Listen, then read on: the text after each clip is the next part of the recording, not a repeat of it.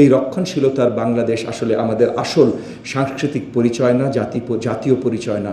এবং আগামীতে যদি আমরা সুন্দর বাংলাদেশ গড়তে চাই, যেটা নিয়ে আমরা সবাই গর্ব করতে চাই, তাহলে সেটা রক্ষণশীলতার বাংলাদেশ হতে পারবে না। রক্ষণশীলতা যে জায়গাগুলোতে হয়েছে এবং অনেকেই সেই জায়গাগুলোতে নিয়ে অনেক গলা উঁচু করেও কথা বলে, সেটা আফগানিস্তান হোক আর যেই হোক, বাংলাদেশ কখনো আফগানিস্তান হবে না আমরা বেঁচে থাকতে।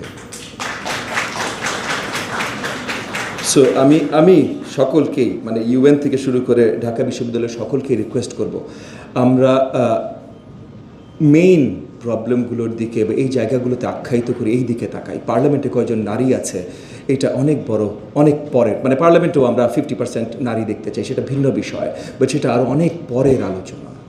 রাজনীতিতে আগে 50% নারী আনতে চেষ্টা করি, সকল কর্মক্ষেত্রে 50% নারী আনতে চেষ্টা করি, নারীদের জন্য সহনশীলতা আমরা বাড়াই। আমি আমার এলাকায় কিছু কাজ করছি, আমি জাস্ট ছোট্ট করে আপনাদের আলোচনার জন্য বলছি। আমি আমার এলাকায় কিছু কাজ করছি। আমার এলাকায় অনেকগুলো গার্মেন্টস ফ্যাক্টরি আছে।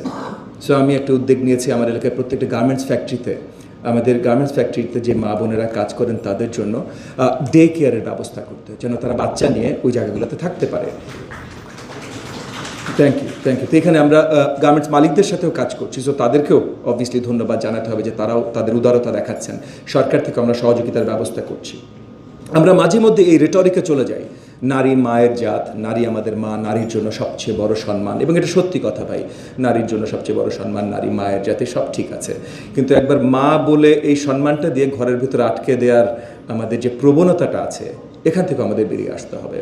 না, আমি এই কথাটা কেন বললাম, আমি এগেন আরেকটা প্র্যাকটিক্যাল এক্সপিরিয়েন্স আপনাদের সকলের সাথে, আজকে এখানে অনেক শিক্ষিত, জ্ঞানী, মার্জিত শ্রেণীর অনেক লোকেরা, মানুষজন এখানে আছেন, বোনেরা এখানে আছেন, তাদের জন্য বলছি। আমি 15 বছর রাজনীতির সাথে সম্পৃক্ত। এই গত 15 বছরে বেশিটা সময় আমার ইউনিয়ন এবং উপজেলা পরিষদ লেভেলে কাটানো হয়েছে।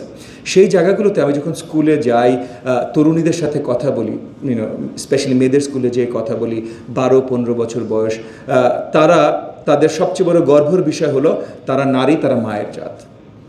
আমি অনেক জায়গায় এটা বলে একটু দুঃখ প্রকাশ করেছি যে হ্যাঁ, মানে ঠিক আছে, গর্বের বিষয়, তুমি নারী, তুমি মায়ের জাত, কিন্তু তোমার এটা ছাড়া আর কি পরিচিতি আছে, তুমি কি পরিচিতি তৈরি করতে চাও?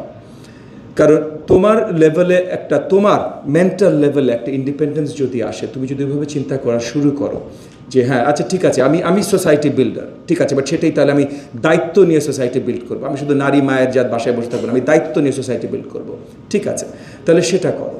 But take responsibility for society and force others.